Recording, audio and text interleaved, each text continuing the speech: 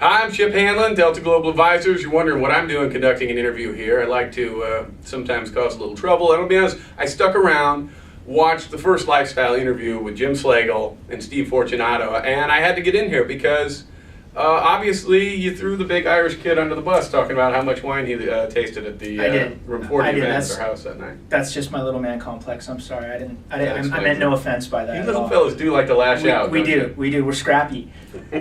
Scrappy. That's a pleasant way to put it. Okay, so listen. I'm not going to apologize for that because I and a number of friends of mine are very big supporters of Via Creek Cellars and Chris Cherry. I mean, I think he's a brilliant winemaker. Take a moment and actually, why don't you discuss Via Creek Cellars from Paso Robles in the Central Coast of California, and just tell us a little bit more about them, Steve.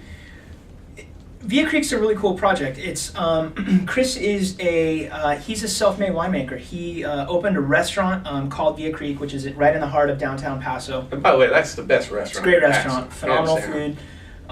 And after a few years of being in business at the restaurant, decided he was going to open a winery, and obviously learned the process and has a few mentors, but hadn't worked. A lot of winemakers have apprenticed or been winemakers under other labels. Chris essentially, had some mentors, had some people speak into the process. Of course, give him some tips and sort of let him, exercise his skill set. But then he kind of just took off on his own and has just really successfully carved out his own reputation and some phenomenal wines, very distinct wines. His wines, I think his wines are very distinct. A lot of times in a certain AVA, a lot of the wines will all sort of taste the same. Chris's wines stand out as distinct. You could easily pick a Via Creek wine out of a pack of wines and recognize it as Via Creek. Do you think that it seems like winemaking is more art than science? It's not one of those things that you can plug into the form of an equation. That some of these guys are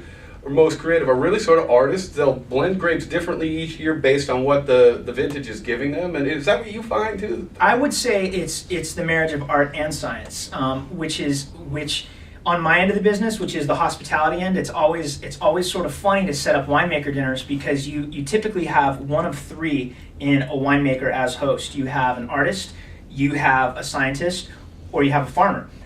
So that obviously those personality types sort of play themselves out, and it's just a lot of fun when you take that personality type and you set it in sort of an affluent, estate backyard and say, why don't you talk to these people about your wine? And they can oftentimes still have dirt under their fingernails from the vineyards, and or they can have algorithms running through their head as far as CO2 to oxygen to all of the different formulas that go into affecting the profile of a wine. In that regard, that event we did the other night was great because Chris is, he's, what I'll say young, he's our age, so we'll say youngish, right? And he's a really fun guy. You say handsome. Bohemian?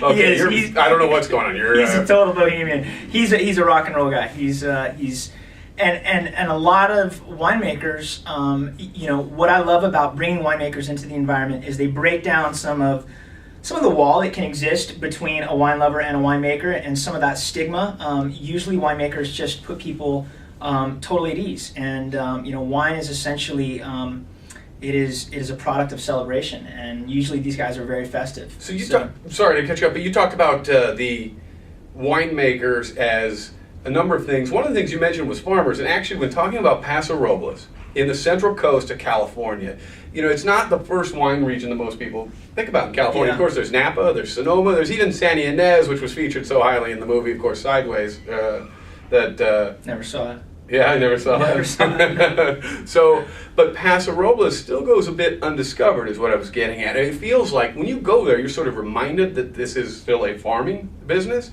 The winemakers are all very accessible. You can sit down with them. It's just It has a different feel than every other wine country, and yet, am I wrong in thinking it's making some of the best wines in California? No, you're not wrong at all. I think that Paso, not only is making phenomenal wine, but it's a phenomenal destination for tasting wine, tasting olive oil. There's a lot of fruit. There's nuts that come out of Paso, and it's just sort of come on the map as sort of a producer of table products. Whether it's your olive oils, your wines, your fruits, and it's a great place to be. It's a great place to visit, and yeah, you're exactly right. They're producing great wines, distinct varietals. Everybody in California has tasted, the Napa Cabs. It's not that those aren't great, but Paso offers some alternative, especially the area of Paso, I would say west of the 46, yeah. You head out east 46 towards the 5, you start getting just really high heat, results in a lot of residual sugar on the grapes. You can get those really kind of jammy, fruit-forward wines that are easy going down, but not a lot of complexity. Oh, now you're becoming one of those pointy-headed wine guys you were talking about earlier. Okay. Don't try and put this in the form of an equation for us. I'm not trying to put it in an equation. Listen, I might sound like I know wine, but all I'm doing is parroting back the information I've learned from my friend Joey, Wine Cube Maga, who was there that night. The farther east you go in the 46, the hotter it gets. That heat results in higher sugar content in the grapes, which results just stop right in there. a sweeter grape. That's all we need to know. Okay. I'll stop. But have you listened? Sorry to get heady. Well, listen, a dumb guy like me gets a little overwhelmed with smart stuff like what you're saying. In fact, have you ever seen a big guy like me pretend to know more about wine in such a short period of time? I haven't, actually. It's been extraordinary to just watch this unfold. So you give these little fellas another chance to lash out and they take it. So again, we've been here with Steve Fortunato, the president, proprietor, owner of Room 40, fabulous fine dining establishment. Thanks, Chip. Thanks for seeing us.